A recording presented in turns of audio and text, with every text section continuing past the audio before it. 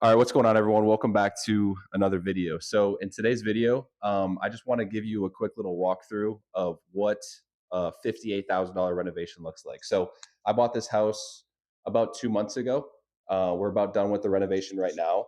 We're actually going to be listing it on the market this coming week. We're just kind of finalizing some staging right now. So, as we're walking through the video, you can see that there's some stuff that we still need to put up. We're going to put a couch there, but I think you can get a good understanding of the renovations that we've done so far to this house. So as you're walking in and as you're looking at what you can see here, we opened the kitchen entirely up. So before, there was a wall that kind of came out to like right here. There was closet space here. There was another wall that closed off the kitchen to the living room. So we just wanted to open everything up because that's kind of the new concept today, is just having more of open concept, so you can be cooking, watching TV, chilling out in the living room, and it's just a big open space. Um, so that's what we did. So if you walk over here to the kitchen, you can see that in terms of the money that we spent, obviously you have labor. So I don't do any of this work myself because I have a full time job.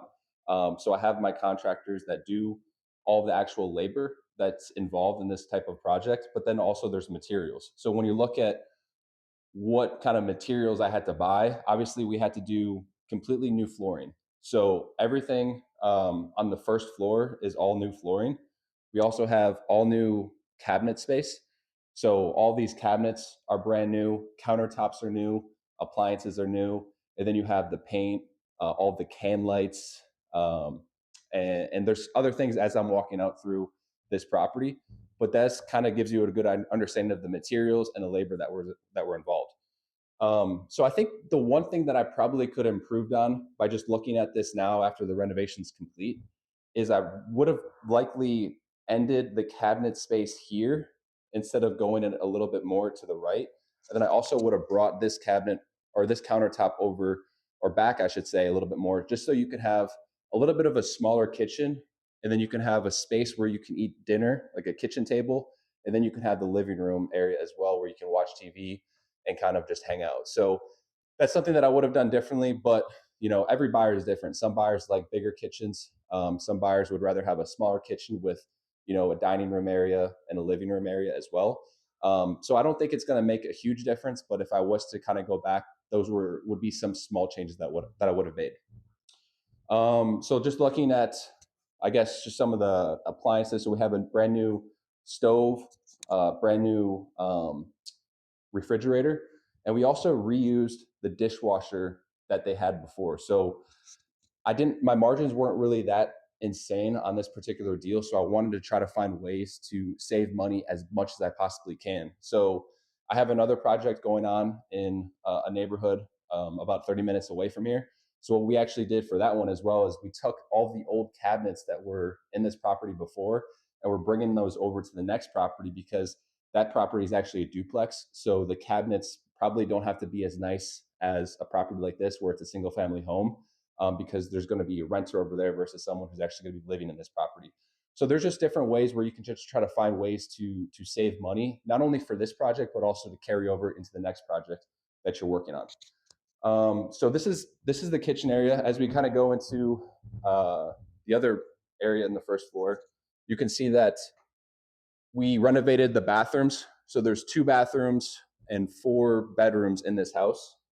2 bedrooms downstairs, 2 bedrooms upstairs, bathroom downstairs, 1 bathroom upstairs as well. So if you want to just look in there real quick, we completely renovated this bathroom. We have all new backsplash in the shower area, new vanities, new toilet, um, new flooring, and then all the fixtures as well. And then these bedrooms are pretty simple. We just had to do new flooring. We kept all the same doors. We added a new fan, new fresh paint, and that was pretty much it. So these bedrooms, we didn't really do too much, but the amount of work that we did do, it definitely makes it look a lot nicer. So I'll be kind of adding some before and after pictures as I'm going throughout this video, just to kind of give you an understanding of what it looked like before and then what it looked like afterwards as well.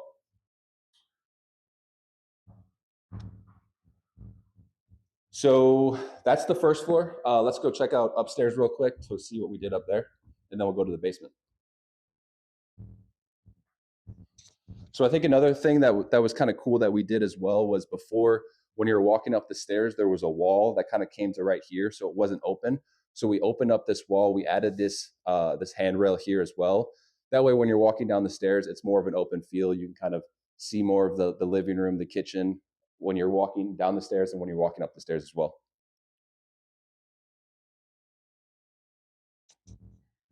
And then, of course, brand new carpet upstairs and then also in the basement. So we carpeted the upstairs, we carpeted the basement. Um, this is just another bathroom that we did in terms of the renovation.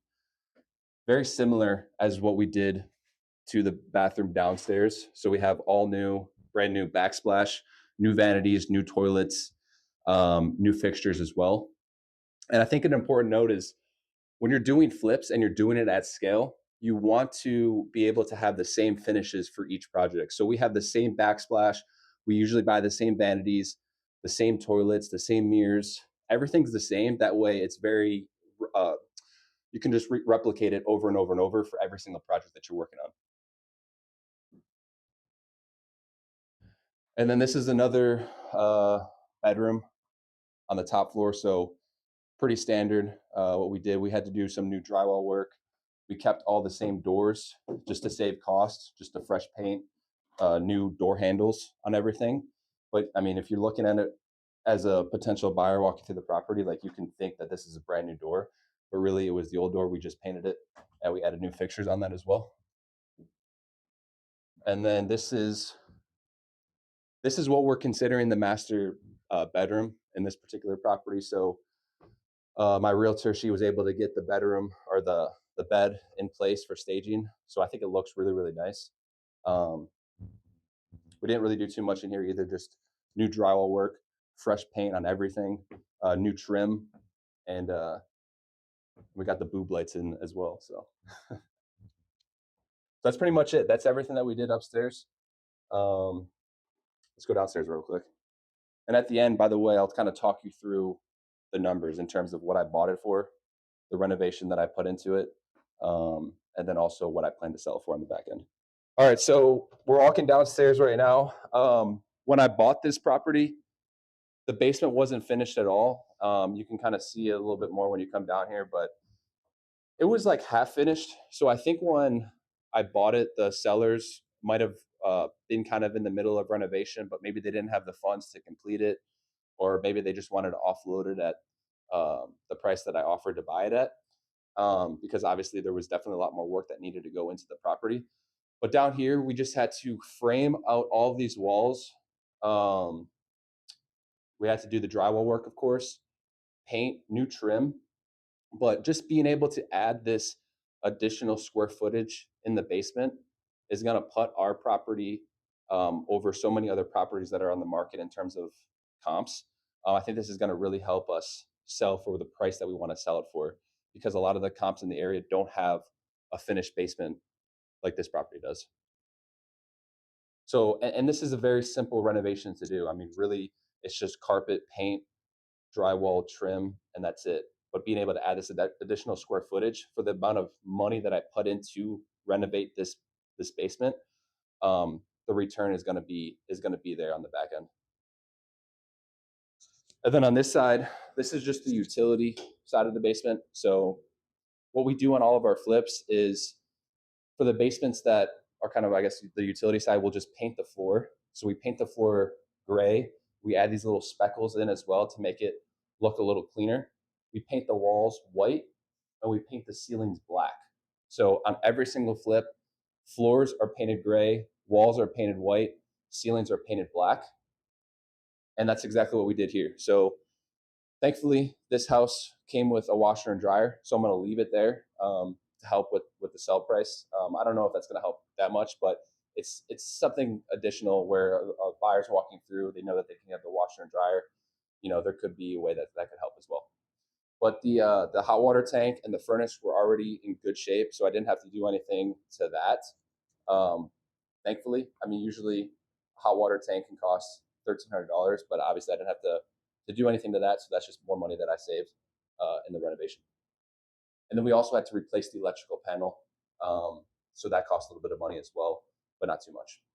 So let's go upstairs and we'll break down all the numbers in terms of what I bought it for, the renovation that I put into it, and then what I think I'm going to sell it for on the back end, and then also just kind of some lessons learned. All right, everyone. So just to kind of break down some of the numbers on this deal, so I bought it for $185,000.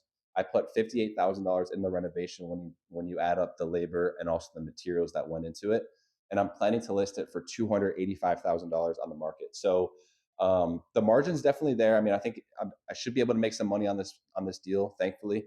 But I think as I move into 2025, something that I really want to focus on is how I can get deals that have a lot more margin. So before, I was okay with making a certain dollar amount, but as I move forward, when I'm putting $58,000 in a renovation, and I have to put a down payment to buy the property, there's holding costs, there's closing costs, there's commissions on the back end. There's a lot of money involved. So to be able to take on these different types of projects, the margin that I want to make has to be there. So my goal in 2025 is to be able to flip 10 homes. And to do that, I kind of need to be buying a property every month or every other month or so. So when I buy these properties, something that I'm focusing on is really locking in on my numbers a little bit more in terms of what I need to buy it for, the renovation that needs to go into it, and then also the dollar amount in terms of profit that I want to make on the back end. But that just gives you a good understanding of what the renovations I've done to this property, kind of what I like to do for all of my properties in terms of the finishes. If you have any questions, feel free to leave them in the comment section below. And if you are new to this channel, feel free to hit that subscribe button. And there's going to be a lot more content as we move into 2025 for all the different projects that we're going to be working on. Thanks, and I'll see you in the next video.